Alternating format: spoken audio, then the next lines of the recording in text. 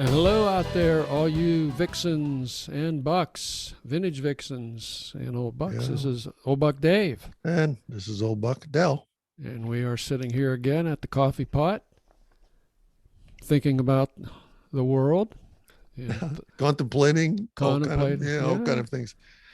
Anyhow, we have a little more of a little, oh my soul, a little more specific something we wanted to try today. You was telling me about a short story that I'd like to read another short story, and I know our audience is split. They're at the polls on the short stories. I've had some some listeners say, "Hey, do more short stories." And I just had the other day a loyal listener say, if you start a short story, I just turn that thing off. So. We're a mixed bag. Yeah, you can't please. We're doing it for us. This is for us. The listeners have to know that if not a soul in the world could hear us talking, this is exactly the conversations that we have every time we had coffee for years, and now we're just sharing these thoughts. So you found a nice story, and I'm going to say, go ahead and let's read it. All right, I found a nice story, and we can talk a little bit about it afterwards. I think it's okay. Again, it's a short story, but it's not too long. It's not too short. And you are going to sit in a big comfy chair and kind of a maroon background. Big comfy chair. It's like Alistair Cook. There it is. This is a story by Tobias Wolff. The name of the story is Bullet in the Brain. All right, and this first appeared in the New Yorker in 1995. This story has some graphic content if you just look at the title. And there's also some very coarse language, so consider yourself forewarned here. So here it is, Bullet in the Brain. Anders couldn't get to the bank until just before it closed. So of course the line was endless, and he got stuck behind two women whose loud, stupid conversation put him in a murderous temper. He was never in the best of tempers anyway, Anders. A book critic, known for the weary, elegant savagery with which he dispatched almost everything he reviewed. With the line still doubled around the rope, one of the tellers stuck a "Positioned Closed" sign in her window and walked to the back of the bank, where she leaned against the desk and began to pass the time with a man shuffling papers. The women in front of Anders broke off their conversation and watched the teller with hatred. "Oh, that's nice," one of them said. She turned to Anders and added, confident of his accord, "One of those little human touches that keeps us coming back for more." Anders had conceived his own towering hatred of the teller, but he immediately turned it on the presumptuous crybaby in front of him. "Damned unfair," he said. "Tragic, really. If they're not chopping off the wrong leg or bombing your ancestral village, they're closing their positions." She stood her ground. "I didn't say it was tragic," she said. "I just think it's a pretty lousy way to treat your customers." "Unforgivable," Anders said. "Heaven will take note." She sucked in her cheeks, but stared past him and said nothing. Anders saw that the other woman, her friend, was looking in the same direction. And then the tellers stopped what they were doing, and the customers slowly turned, and silence came over the bank. Two men, wearing black ski masks and blue business suits, were standing to the side of the door. One of them had a pistol pressed against the guard's neck. The guard's eyes were closed and his lips were moving. The other man had a sawed-off shotgun.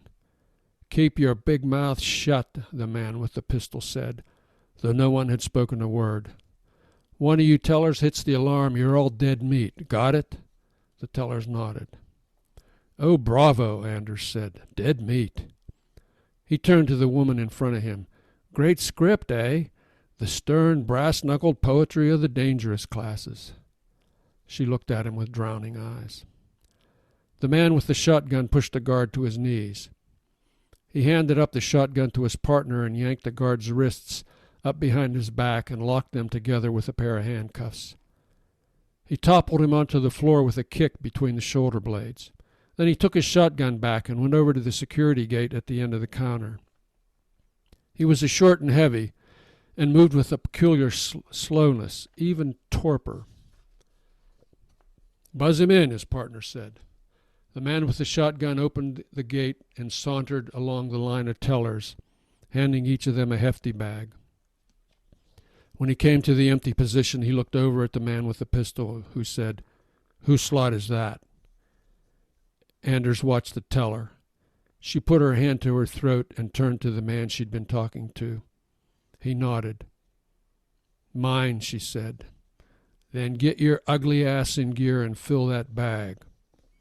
"There you go," Anders said to the woman in front of him. "Justice is done." "Hey, bright boy, did I tell you to talk?" "No," Anders said. "Then shut your trap." "Did you hear that?" Anders said. "Bright boy, right out of The Killers." "Please be quiet," the woman said.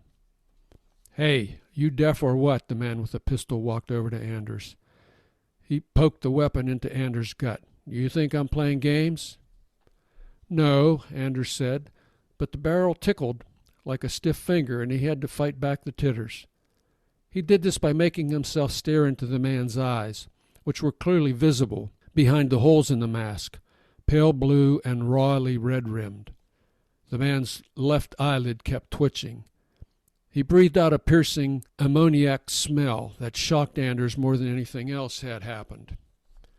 And he was beginning to develop a sense of unease when the man prodded him again with the pistol. "You like me, bright boy?" he said. "You want to suck my dick?" "No," said Anders. "Then stop looking at me." Anders fixed his gaze on the man's shiny wing-top shoes. "Not down there, up there." He stuck the pistol under Anders' chin and pushed it upward until Anders was looking at the ceiling. Anders had never paid much attention to that part of the bank, a pompous old building with marble floors and counters and pillars and gilt scroll work over the tellers' cages. The domed ceiling had been decorated with mythological figures whose fleshy toga-draped ugliness Anders had taken in at a glance many years earlier and afterward declined to notice. Now he had no choice but to scrutinize the painter's work. It was even worse than he remembered, with all of it executed with the utmost gravity. The artist had a few tricks up his sleeve and used them again and again. A certain rosy blush on the underside of the clouds, a coy backward glance on the faces of the cupids and fawns. The ceiling was crowded with various dramas, but the one that caught Anders' eye was Zeus and Europa, portrayed in this rendition as a bull ogling a cow from behind a haystack. To make the cow sexy, the painter had canted her hips suggestively and given her long, droopy eyelashes, through which she gazed back at the bull with sultry welcome. The bull wore a smirk, and his eyebrows were arched. If there'd been a bubble coming out of his mouth, it would have said, "Hubba, hubba." "What's so funny, bright boy?" "Nothing." "You think I'm comical? You think I'm some kind of clown?" "No." "You think you can fuck with me?" "No." "Fuck with me again, your history. Capiche?" Anders burst out laughing. He covered his mouth with both hands and said, I'm sorry, then snorted helplessly through his fingers and said, "Capiche, oh God, capiche." And at that the man with the pistol raised the pistol and shot Anders right in the head. The bullet smashed through Anders' skull and plowed through his brain and exited behind his right ear, scattering shards of bone into the cerebral cortex, the corpus callosum, back toward the basal ganglia and down into the thalamus. But before all this occurred, the first appearance of the bullet in the cerebrum set off a crackling chain of ion transports and neurotransmissions. Because of their peculiar origin, these traced a peculiar patter, flukishly calling to life a summer afternoon some 40 years past and long since lost to memory. After striking the cranium, the bullet was moving at 900 feet per second, a pathetically sluggish, glacial pace compared to the synaptic lighting that flashed around it. Once in the brain, that is, the bullet came under the mediation of brain time, which gave Anders plenty of leisure to contemplate the scene that, in a phrase he would have abhorred, passed before his eyes. It is worth noting what Anders did not remember, given what he did remember. He did not remember his first lover, Sherry, or what he had most madly loved about her, before it came to irritate him. Her unembarrassed carnality, and especially the cordial way she had with his unit, which she called Mr. Mole, as in, "Uh-oh, looks like Mr. Mole wants to play," and "let's hide Mr. Mole." Anders did not remember his wife, whom he had also loved before she exhausted him with her predictability, or his daughter, now a sullen professor of economics at Dartmouth.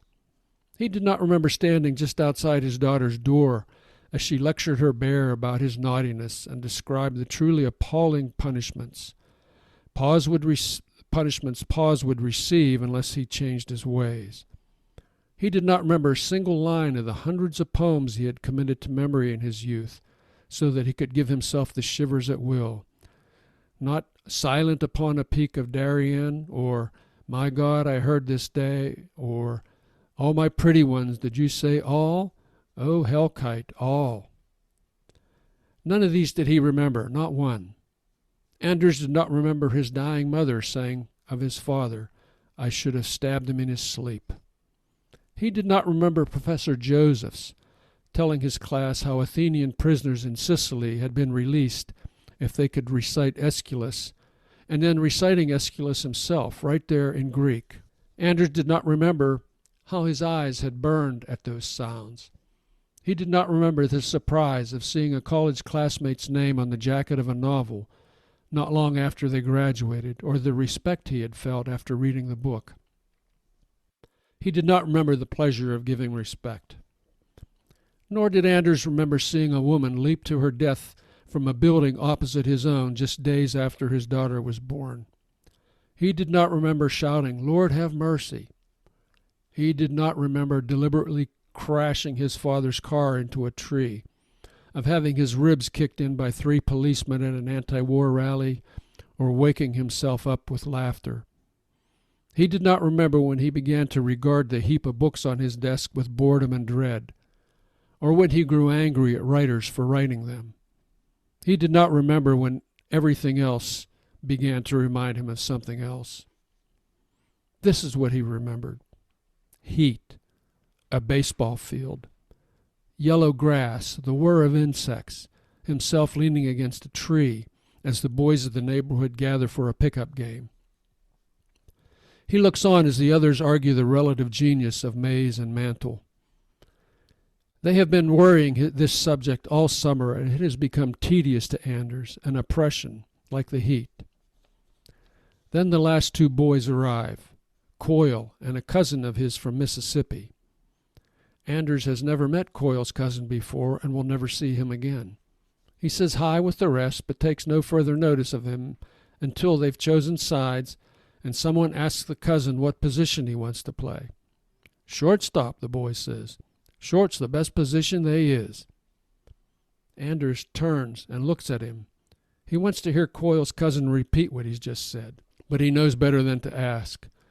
The others will think he's being a jerk, ragging the kid for his grammar. But that isn't it. Not at all. It's that Anders is strangely roused, elated by these final 2 words, their pure unexpectedness and their music. He takes the field in a trance, repeating them to himself. The bullet is already in the brain. It won't be outrun forever or charmed to a halt.